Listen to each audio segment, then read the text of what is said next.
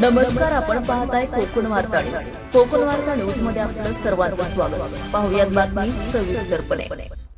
महाराष्ट्राचे कॅबिनेट मंत्री भरत शेठ गोगावले यांच्या कृपाशीर्वादाने आणि जिल्हा परिषद सदस्य विकास शेठ गोगावले यांच्या मार्गदर्शनाखाली खैरेतर्फे तुडील वलंग येथील उपनदीतील गाळ उपसाच्या कामाचा शुभारंभ उत्साहात पार पडला.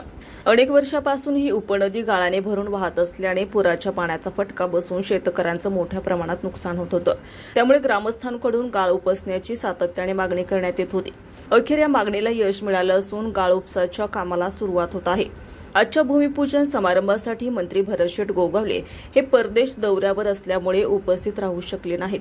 मात्र त्यांच्या वतीने महाड पंचायत समितीच्या सभापती प्रेरणा सावंत, जिल्हा परिषद सदस्य मनसूर ताज, माजी उपसभापती सुहेब पाचकर, माजी जिल्हा परिषद सदस्य जितेंद्र सावंत, नवनिर्वाचित सदस्या सबिहा पाचकर, ॲडव्होकेट राजेश देवळे, समीर देशमुख, सरपंच श्रीराम पवळेकर तसेच कार्यकर्ते आणि ग्रामस्थ उपस्थित होते.